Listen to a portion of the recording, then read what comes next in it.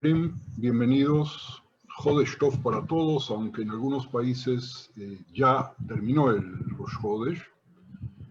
Y particularmente Refuah Shleimá a todos los enfermos y a todos los aquí presentes y los que se van a ir agregando en los próximos minutos. Gracias, Javerim, por regresar a nuestros encuentros. Comenzamos. Las acciones de los antepasados, tal como se describen en el Sefer Bereshit, allanaron el camino para el comportamiento futuro de sus descendientes y predijeron los eventos importantes que en definitiva iban a ocurrir a toda la nación. Hoy, antes que nada, quiero compartir algo, si bien conocido, tenemos que tenerlo presente siempre, y es algo muy importante, porque según el Midrash, el rey Shlomo Amelech, no comprendió la creación. Es decir, de que él cuando estudió el primer capítulo de Bereshit, se encontró también otras partes de la Torá, no entendió, según lo que él mismo a través del Midrash confiesa, como el tema de la vaca colorada para Adumá, o parte del libro de Yehezkel. Y entonces, pero empiezo diciendo de que Shlomo Amelech, el más sabio de todos los hombres, no terminó de entender la creación. Por lo tanto, a todos vosotros les digo que no os debéis preocupar demasiado si hay algo que no entendemos, si hay algo que vosotros no entendéis o hay algo que yo no entiendo, que es la mayor parte de los textos, ¿verdad? En segundo lugar, eso me tranquiliza, por de pronto, si partimos de la base que Shlomo Amelech no entendió, podemos adjudicarnos el derecho de no entender también. El segundo, que quiero relatarles algunos de los diálogos que he sostenido con muy queridos amigos, pero como introducción me quiero ubicar con otros comentarios sobre la Parashá Bereshit. Y hay una pregunta o una discusión entre la casa de Hillel y la casa de Shammai, que discutieron si Dios creó antes el cielo o Dios creó antes la tierra. Lo voy a decir en hebreo. Bet Shammai omrim hashamayim nivreut tchila ve'achar kach nivret haaretz.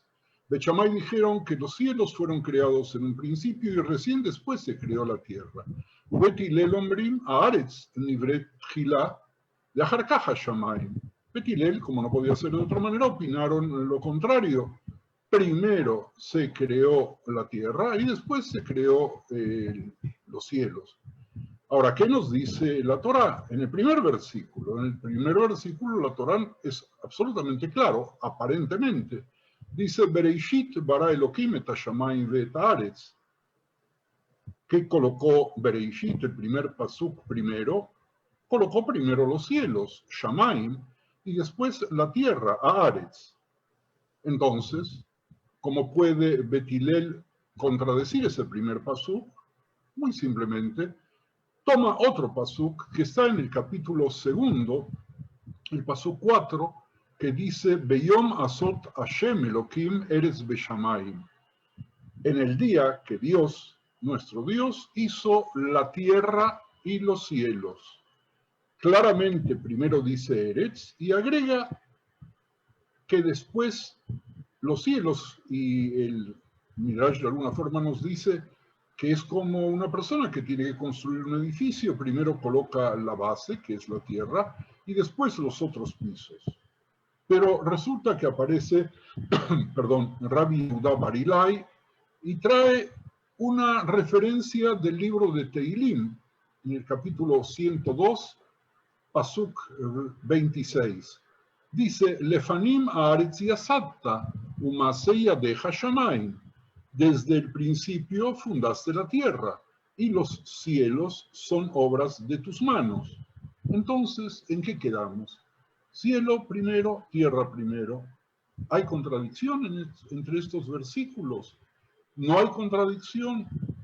Entonces, aparece Rabbi Hanin y dice, para ayudar a Bet Shammai, Ve'aretz, dice la Torah, Hayeta tohu vavohu. y la tierra era caótica, ¿verdad? Pero el verbo que se utiliza es aietá. ¿Qué quiere decir? Que ya estaba. Entonces, ¿qué quiere decirnos? Pues aparentemente que el cielo y la tierra se crearon simultáneamente. Por lo tanto, el orden no tiene que ser importante. ¿Y de dónde se puede aprender eso? Del libro de Yeshayahu, capítulo 48, pasuk 13, que dice: Afiadi yazda eretz vimina tipcha shamayim, koreani aleyem yamdu yahdaf. Mi mano, traduzco, fundó también la tierra, y mi mano derecha midió los cielos con el palmo, y al llamarlos yo, comparecieron conjuntamente. Dios Todopoderoso todo lo puede. Obviamente, también crear cielo y tierra al mismo tiempo para enseñarnos que valen igual. Sin embargo, aparece otro de los grandes de nuestro Talmud, Rabbi Yohanan, que no queda contento y dice: en la creación creó primero los cielos y luego la tierra, pero después de crear la tierra la perfeccionó. Por lo tanto, a través de la perfección de la tierra, ocupa la tierra un lugar más importante. La Briá Hashamayim Kadmu, Sheneemar Bereishit Bara Elohim, Achla Shichlul, es decir, en la transformación, a Aretz Kadma. Fue la tierra la que se completó primero porque está escrito: Beyom Asot Hashem Elohim Eretz Beshamay. Hasta aquí parecería otra vez que estamos confundidos. Pero podemos avanzar porque esto no es nada más que el preludio de lo que me escribieron algunos Javerín. Lo celestial es el espíritu y está relacionado con el sol. Y la luna, lememshelet hayom velememshelet halayla. Luna para gobernar la noche, sol para gobernar el día. Entonces, ¿qué tenemos aquí? Tenemos dos mundos. Un mundo material, el de la tierra, y un mundo celestial, el del espíritu.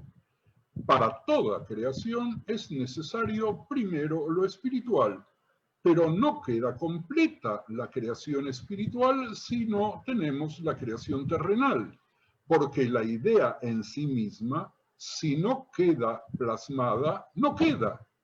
Lo idílico, es la Torá, que según la tradición fue el plano para la construcción del mundo.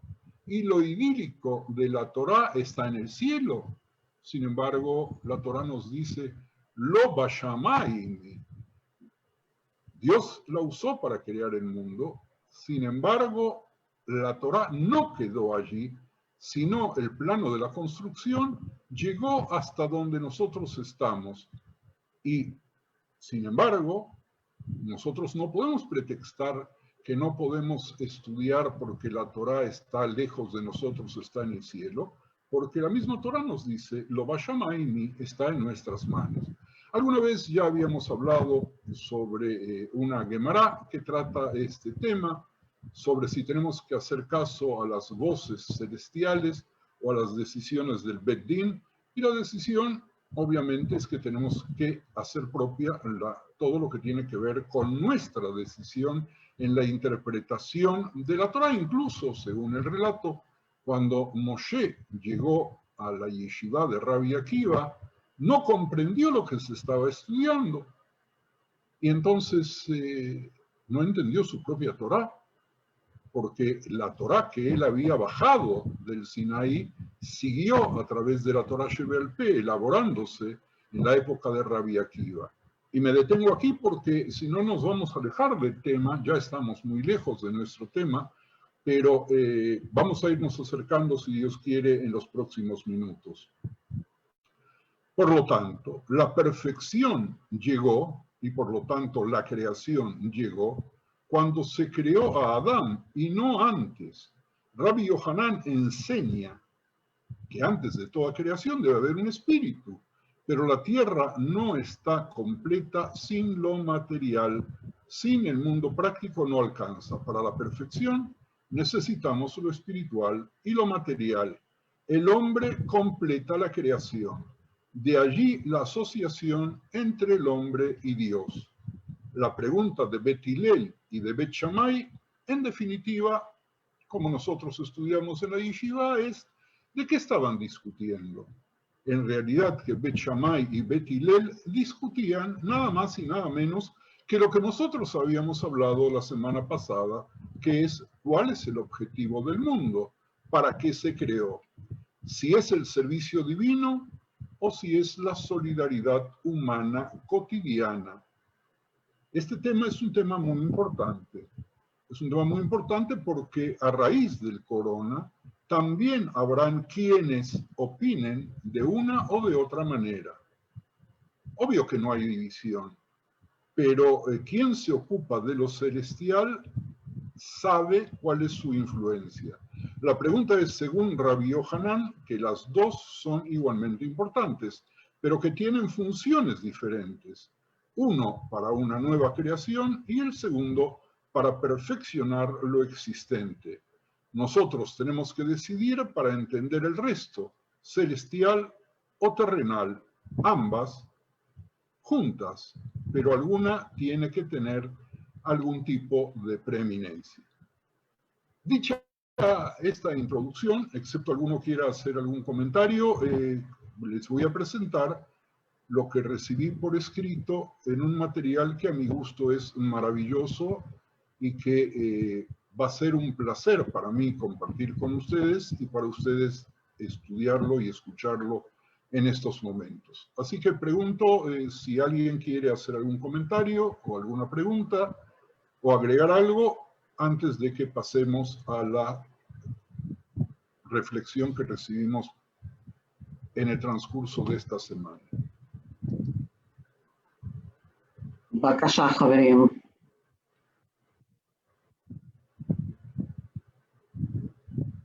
אוקיי, אחמד. Bueno, entonces voy a leer la transcripción tal cual como me llegó, porque creo que solamente por alguna corrección idiomática. Y empiezo. Este es el comentario de mi amigo íntimo de la infancia, a quien quiero mucho.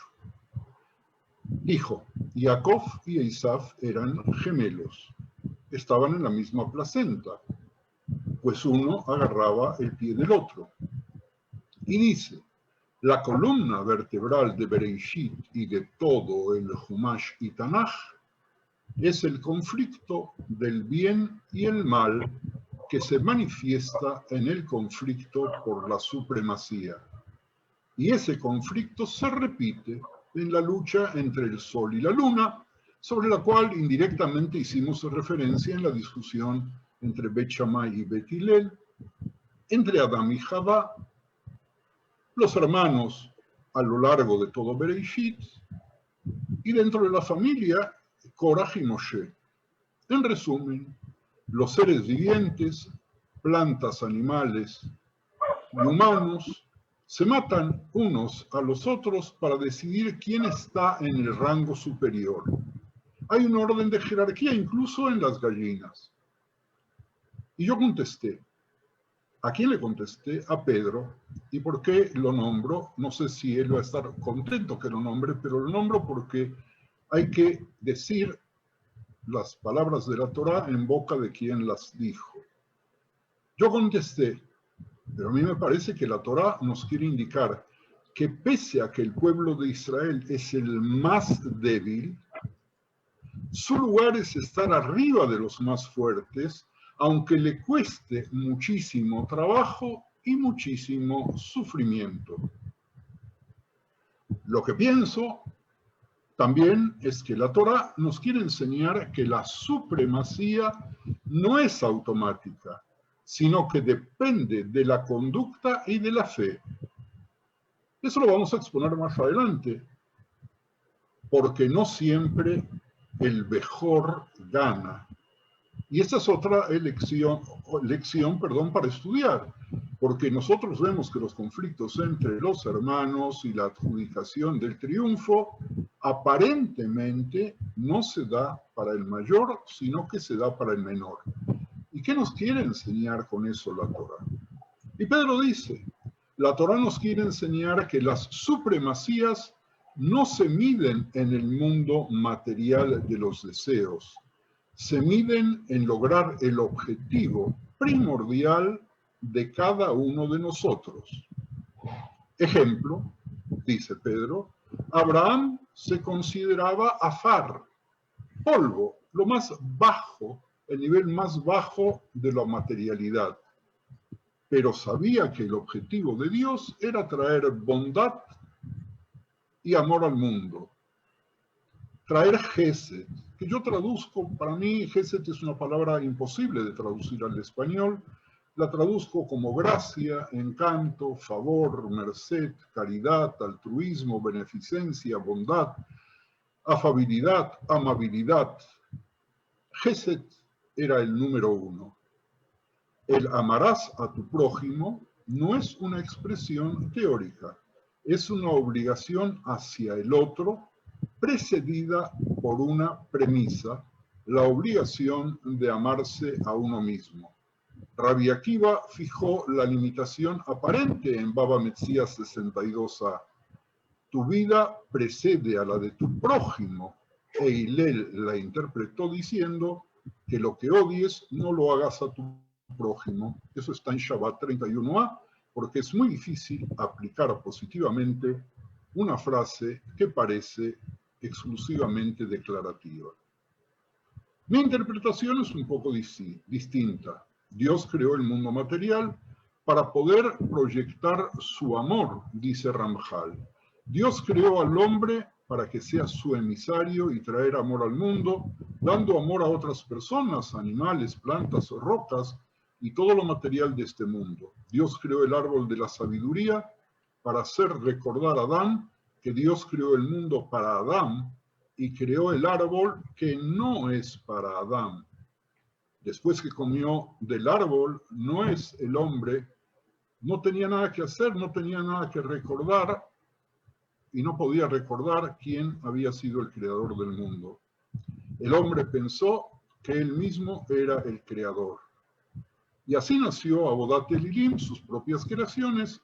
Este último fragmento lo dijo Pedro también, y se olvidó de su misión en este mundo material, que es traer amor y espiritualidad al mundo. Llegó Abraham y redescubrió el objetivo original, amor a todo el mundo y apreciación a Dios por habernos creado. Y así cerró lo que había quedado pendiente después de la ingesta del árbol del conocimiento.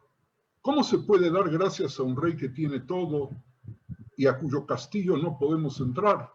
Podemos dar gracias al rey dando gracias a sus hijos que salen de vez en cuando del castillo. Todo el mundo material son creaciones de Dios y tenemos que dar gracias a todos. Abraham descubrió esto y dio amor y apreciación a todas las creaciones de Dios, incluso a los ladrones que pasaban por delante de su casa. Quienes estuvieron en el shiur de Amelech Basadeh recordarán de alguna forma el relato que habíamos hecho en cuanto que el rey sale fuera del palacio y se mezcla entre la gente para ver cómo están. Continúo. Abraham siguió la misma angustia cuando estaba por matar a su hijo que cuando mató al animalito salvaje que encontró en la montaña, porque los dos eran creaciones divinas y no porque el hijo era creación de Abraham. Este es un concepto muy importante, es un concepto muy 130. Bonito que vale la pena volver a plantear aquí. Abraham sintió angustia no solamente cuando ató a su hijo, sino también cuando se encontró con un animalito que tuvo que sacrificar. No porque el animalito era su hijo y no porque Isaac era su hijo, sino porque eran producto de la creación. Noah era el único al que la Torá llamó tzadik. ¿Por qué decimos que Abraham descubrió a Dios? Si Noah hablaba con Dios. Pero Noah pensaba que nuestra misión, dice Pedro, era no hacer nada malo. Abraham descubrió que nuestra misión es hacer todo lo bueno. Eso es lo que dijo Hillel, que fue anterior a Rabbi Akiva. No hagas daño a nadie. Moshe Rabbeinu le dijo a Dios cuando le dio la Torá, no entiendo la esencia del mensaje. Dios le contestó, Akiva, Rabbi Akiva, lo va a entender. Cuando los alumnos de Rabbi Akiva se estaban muriendo porque no se respetaban, pues dice, Shelo nitnu kavod ze baze. No dice ze la ze, sino no se respetaban uno adentro del otro. La ze es superficial. Con respecto a hablar bien del otro en público, respetar la personalidad, lo superficial. Pero baze es subjetivo, es amar a la persona, amar a la esencia de la persona. Los alumnos de Rabbi Akiva se saludaban respetuosamente, siguiendo lo que Pedro dice. Pero cuando llegaban a casa y los padres le preguntaban, ¿quién hizo una buena pregunta hoy? Le contestaban, fulano hizo una muy buena pregunta. Tuvo mucha suerte. Yo recuerdo, apenas llegando en Madrid, hicimos una actividad que salió muy bien, de casualidad obviamente, y un señor que andaba por ahí dijo, suerte de principiantes, porque a él las cosas no le salían, era veterano. Bueno, esto es un poco parecido a lo que Pedro relata aquí.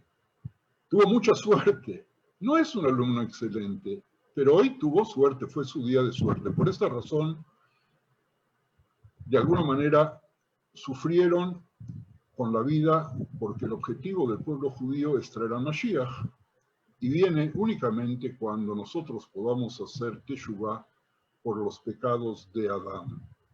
Él hizo teshuvá por el pecado de comer, dice la Gemara, pero no pudo hacer teshuvá por el pecado de no reconocer el bien que Dios había hecho con él. Él era perfecto y se merecía una mujer perfecta. Él no podía quejarse. El Rambam dice que hay 4 casos que no pueden hacer teshuvá. La razón que no pueden hacer teshuvá es que están convencidos que tienen razón. Por lo tanto, Dios le prometió a Adán que los hijos van a hacer teshuvá. Y el líder de la teshuvá es David. Por eso Adán tuvo que regalar a David 70 años de su vida. Por lo tanto, cuando Rabbi Akiva vio que sus alumnos morían, entendió él mismo el concepto de Abraham. La escena del mundo es la teshuvá. Por Adán, la falta del reconocimiento del bien. Si uno ama a todos los prójimos, automáticamente el prójimo tiene reconocimiento del bien. Por eso cambió lo de Hillel, lo que le había enseñado. En vez de ser neutro en esto, hay que ser activo. Tzadik no es suficiente, hay que ayudar y amar al prójimo. Esa fue la pelea entre Caín y Abel. Caín trajo un regalo a Dios, pero no lo amaba. Le trajo un regalo que Caín no amaba. La tierra y el agua lo crearon. Abel amaba a Dios, le trajo un regalo que él mismo creó, que él mismo amaba. Y esa fue también la pelea, dice Pedro, entre Ishmael e Isaac. Ishmael cometió 3 pecados cardinales. Mataba, cometió el delito de la idolatría y el adulterio. Cada una de estas 3 demuestra que Ishmael no amaba al prójimo y no apreciaba a todo lo que Dios creó para nosotros. En el capítulo de Isaf y Jacob, Isaf también cometió adulterio y asesinato, pero no fue idólatra. 2 de 3. Por eso muchos grandes, Gedolim, dicen que todo el mundo, incluyendo Isaac, pensaban que Isaf era un tzadik. La pelea entre Yosef y sus hermanos era la misma, pero en un nivel más elevado. Yosef decía que para traer a Mashiach tenemos que ser todos perfectos. Y él era perfecto, por eso lo llamaban Yosef Atzadik. Los hermanos decían, no existe una persona perfecta, hay que arrepentirse. Por eso nos cuenta que Yehudá tuvo el problema con Tamar e hizo teshuvá. David y Yehudá son los padres del arrepentimiento. Por eso la Gemara dice que primero viene Mashiach ben Yosef, que va a morir en batalla, pues no pueden ser todos perfectos, y después llegará Mashiach ben David. Y va a tener éxito, pues todos pueden hacer teshuvá. Me detengo aquí porque está Pedro con nosotros, por si quiere explicar alguno de sus conceptos que no son fáciles de comprender si se leen así fríamente, y si alguno de los Javerín que están con nosotros en estos momentos quiere hacer algún comentario o decirle algo a Pedro que está con nosotros ahora.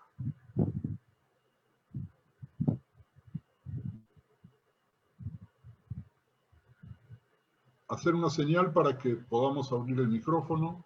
Sí. Nos has dejado a todos sin palabras. No fui yo. Bueno, Pedro. Pero el tema es complicado, ¿no? O sea, porque abriste hablando del conflicto entre el bien y el mal. Y entre Adán y Javá, ¿cómo se aplica eso? Pedro, abre tu micrófono, Pedro. Abrí el micrófono. No, tienes que abrir el micrófono, Pedro.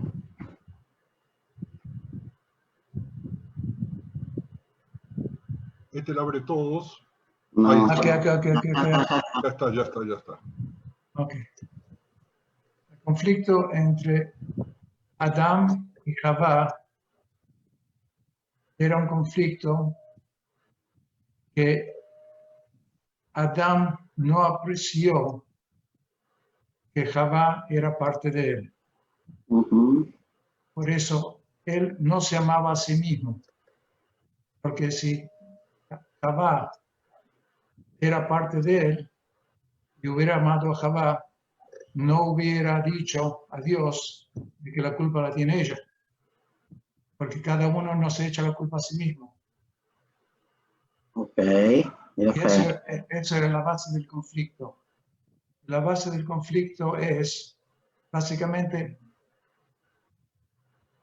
el origen de todo este conflicto es de que Dios es bondadoso y Dios no creó el mal, Dios creó solamente lo bueno.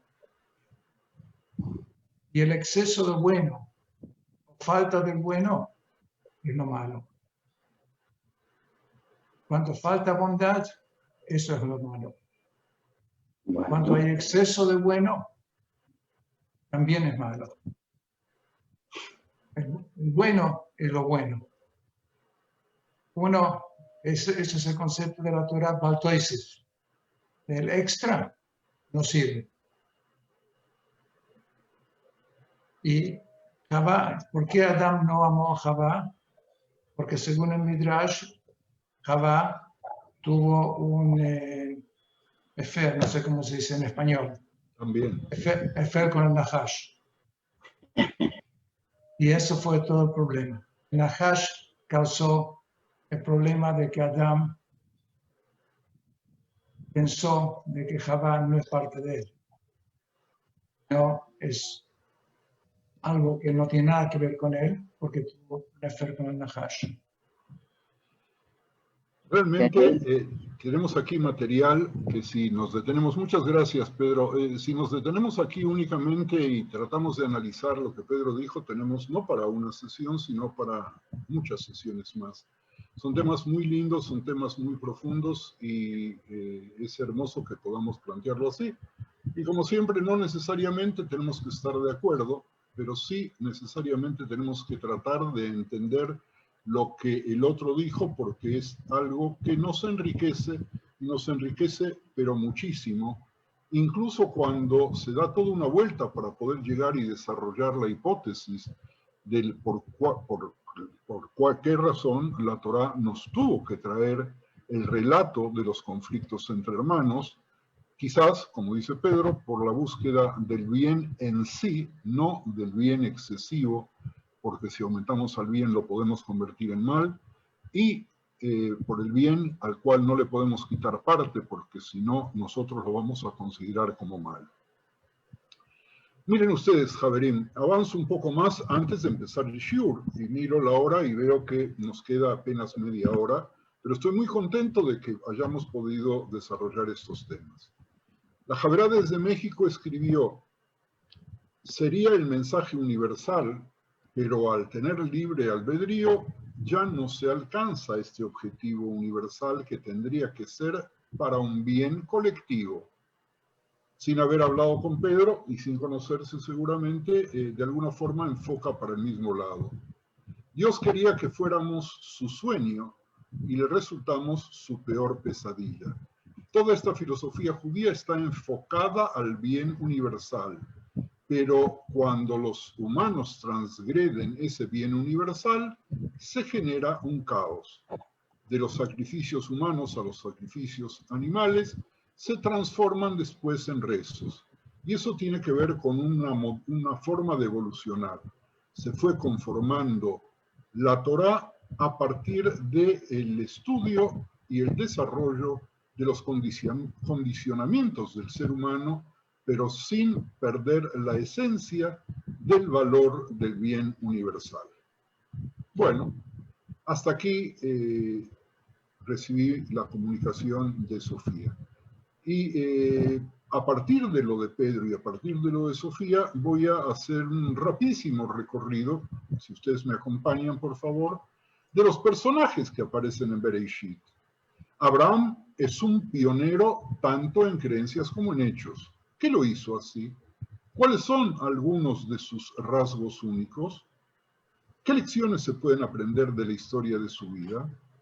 Yitzhak. Muchos ven a Yitzhak como simplemente continuador en el camino establecido por su padre. ¿Es esa una evaluación justa? ¿Cuáles fueron las contribuciones únicas de Yitzhak a la nación? Jacob. Miren ustedes qué pasó con Jacob. Cuando va a hablar con Paró, dice que su vida fue Me'at Veraim Hayu Yemei Shnei Hayai, que vivió pocos años y que fueron muy malos. En realidad lo que estaba diciendo no era la cantidad de años, sino que le sucedieron grandes desgracias en el transcurso de los años. Jacob tuvo una historia repleta de tragedias. ¿Cómo lidia con las dificultades? ¿Cómo cambia y crece a lo largo de su vida después de haber pasado momentos tan malos? La vida de Yosef es una montaña rusa de altibajos. Pasa de ser un hijo predilecto a un esclavo exiliado y luego vuelve a una posición de liderazgo. Algunos lo admiran y otros lo desprecian. ¿Qué hay en él que invita a reacciones tan opuestas? ¿Cuáles son sus puntos fuertes? ¿Cuáles son sus debilidades? Y Eudá, su hermano, está bendecido con la realeza. De él sale nada más y nada menos que David. ¿Qué rasgos de liderazgo muestra en Sefer Bereshit que podrían haberle merecido este papel tan importante en el liderazgo? Y parecería ser que la historia de Yehudá y Tamar es el meollo de la personalidad de él, porque reconoce haberse equivocado. Luego tenemos las historias de Midrash sobre Nimrod, Ishmael e Isaf. Cada uno de estos personajes es vilipendiado por algunas fuentes, pero otros lo describen como neutral o incluso positivo. ¿Qué retrato se apoya mejor en el texto? Podríamos hacer comparaciones de personajes. Abraham e Yitzhak. ¿Cuán similares son padre e hijo? Muchos de los episodios que definen la narrativa de Abraham encuentran su eco en la vida de Yitzhak. ¿Qué aprendemos de esto? Abraham y Jacob. Abraham es el padre fundador de la nación, mientras que Jacob es literalmente el padre de los hijos de Israel. ¿Se pueden comparar Abraham y Jacob? Y podemos ir avanzando un poco más y estudiar la personalidad de Abraham frente a Iov. Tanto Abraham como Iov se describen como Yerei Elohim, temerosos de Dios, y se prueban para mostrar su fe. ¿Cómo reacciona cada uno? ¿Qué se puede aprender al comparar las dos figuras?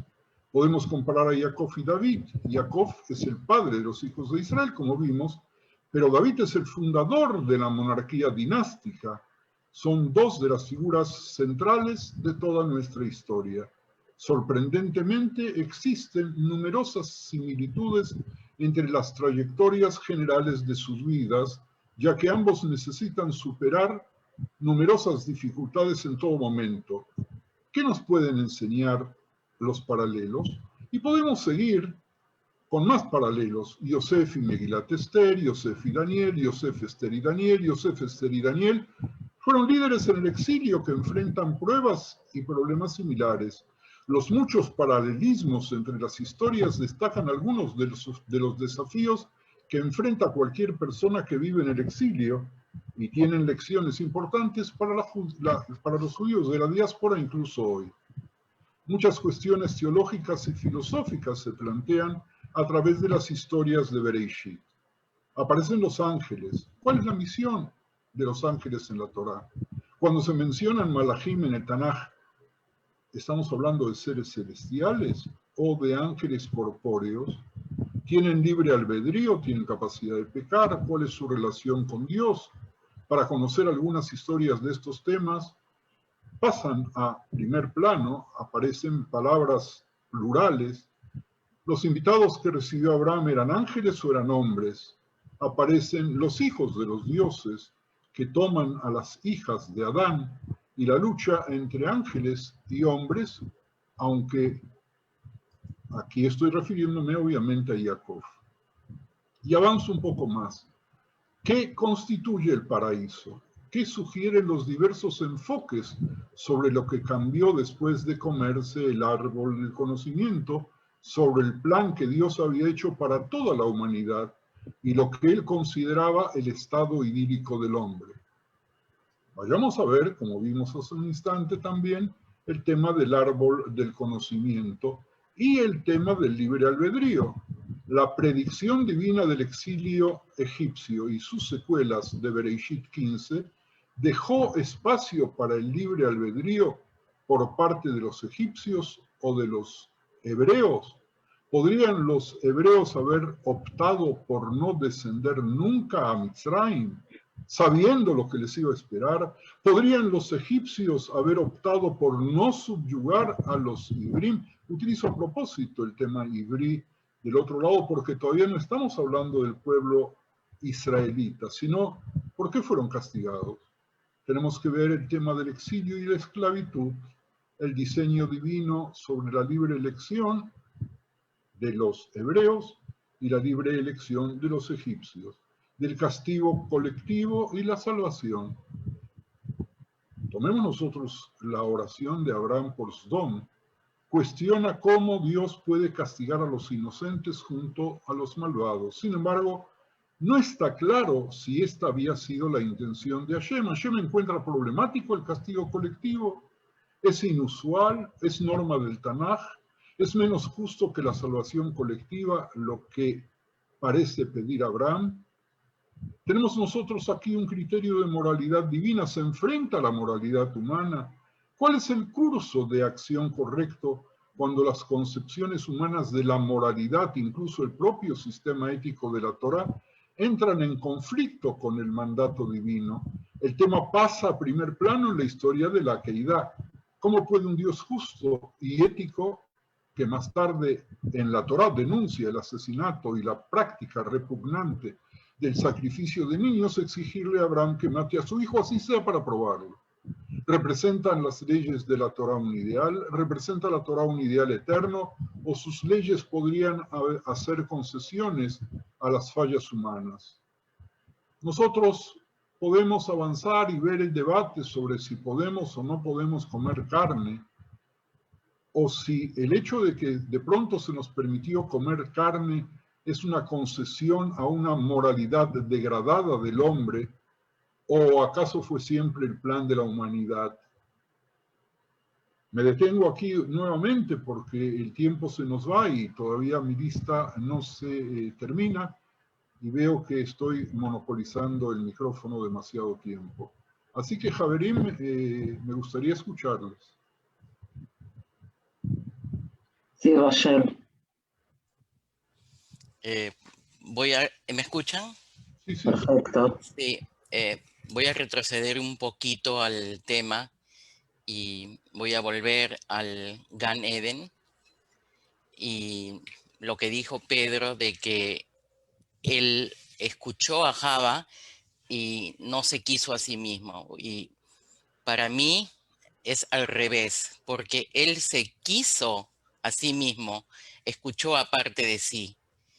Y en el paraíso estaba todo perfecto. ¿Qué tarea había para ellos ahí? Estaba ese árbol por algún motivo. Claro, Dios les dijo no prueben de él, pero ¿por qué estaba el árbol? Entonces, si ellos probaron, es porque había alguna idea atrás de esto de que ellos ahí no podían hacer una labor de completar la creación que había hecho Dios. Había que ir a un mundo más bajo, menor, donde sucedían cosas, porque ahí en el Gan Eden estaba todo perfecto y ahí estaba Dios. Él era el que podía solucionar los problemas ahí. Y bueno, esto ya es un chiste lo que voy a decir, porque yo tengo una nutricionista que me dice, oye Rachel, yo te doy una lista de lo que no debes de comer y tú al poquito tiempo vas como Java y vas y pruebas, por favor, no me hagas esto. O sea, eso es un chiste nomás, pero lo anterior me parece una idea. Muy bien. Se llama Galia. Ábrete el mic. Sí. Ahí está, sí, sí, ya está. Bueno, un poco entonces siguiendo a Pedro y siguiendo el comentario de Rachel y lo de la nutricionista me parece un ejemplo maravilloso a mi gusto, justamente porque ahí el concepto del Nahash, que tanto habló Pedro, donde aparentemente como que le fue infiel a Adán con Nahash, con la serpiente, a mí se me arma un poco que la serpiente representa nuestra toma de decisiones, y en este caso podríamos hablar del Yetzer Hara, ¿no? Esto estaba ahí, la lista para hacer la dieta y lo que no debo comer también está ahí, y bueno, ahora queda en mí decidir qué es lo que quiero, qué es lo que voy a hacer. Y bueno, creo que la primera de los dos, el primer ser humano que tomó una decisión fue Java. Bien. Sí, Javerim, ¿alguien más? Comentar, preguntar. Hay una pregunta en el chat. No sé, Rachel, si la viste. No. Ok, dice así. ¿Por qué entonces encontró Hebel la muerte a manos de su hermano, que es parte suya, si la ofrenda que hizo fue perfecta y él la amaba ante Hashem? ¿Es un ejemplo de exceso de bien? Toda rabá. ¿Alguien puede contestar? Yo no. Yo seguro no. Pedro, por favor. Ábrete el micrófono. Es que eso del exceso de bien es un tema para largo, ¿eh? Abrir el micrófono, Pedro, abre el micrófono, por favor. Espera. A ver, ahí está. ¿Ahora está bien? Sí. Ok. Básicamente, Dios dio al mundo la oportunidad de elegir qué es lo que quieren hacer.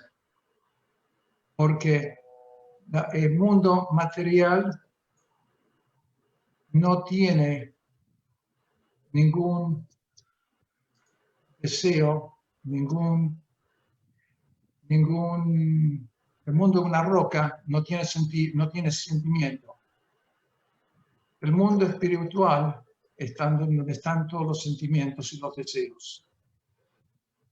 El hombre fue creado para conectar el mundo material con el mundo espiritual, el mundo de los deseos.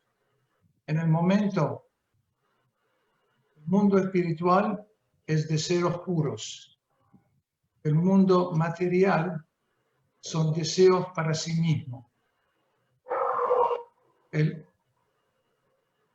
Entonces, en el momento de que estaba Caín y Hebel, Caín tenía el deseo de ser más importante que el hermano. Y si el hermano se tornó más importante, lo tenía que eliminar de este mundo.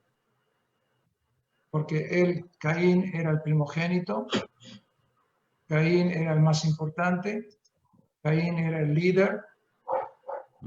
Y si uno más bajo que él toma prioridad sobre él, tiene que ser eliminado. Esa ley está escrita con los reyes de Israel.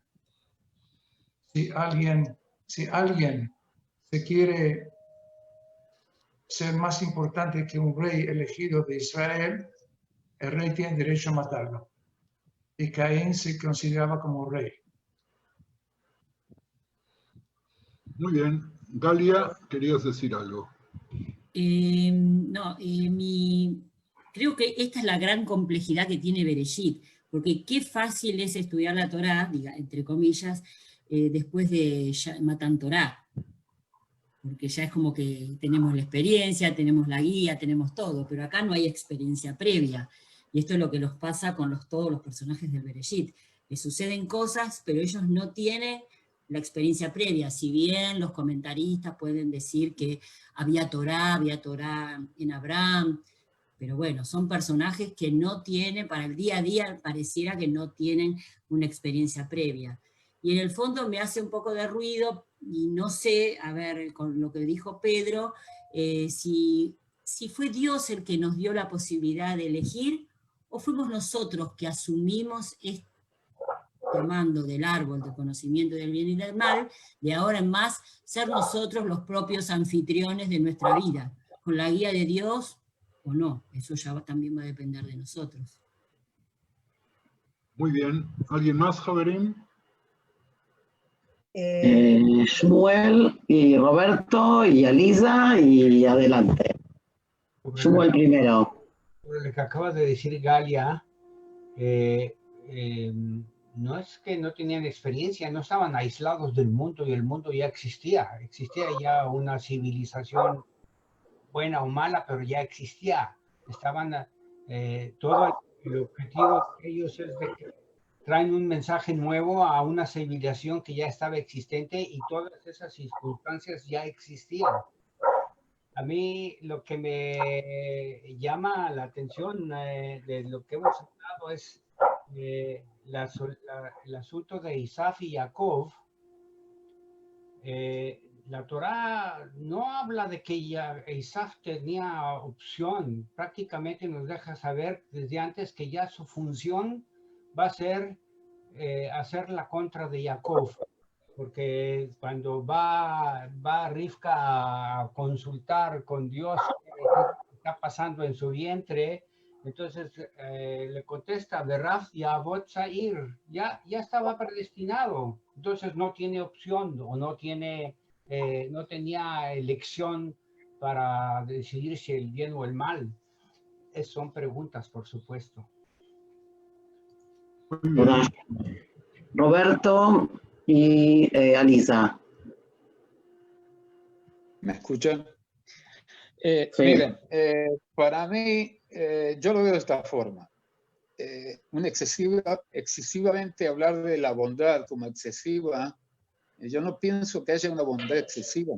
Yo pienso que una bondad es un total, algo que nosotros damos con todo el amor y es algo que nosotros realmente brindamos. Y por ende, no puedo tener una excesiva bondad. O doy bondad o no la doy. Eso por un lado. Por el otro lado, con respecto a de que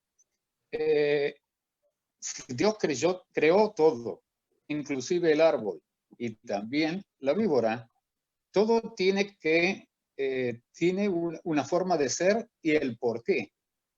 Es obvio que para poder crearnos a nosotros como humanidad y que por los siglos de los siglos, amén, sigamos naciendo, es obvio que toda la primera parte tuvo que haber existido. Y eso no significa que por eso haya sido un mal. Porque si es por eso, entonces la pregunta es otra.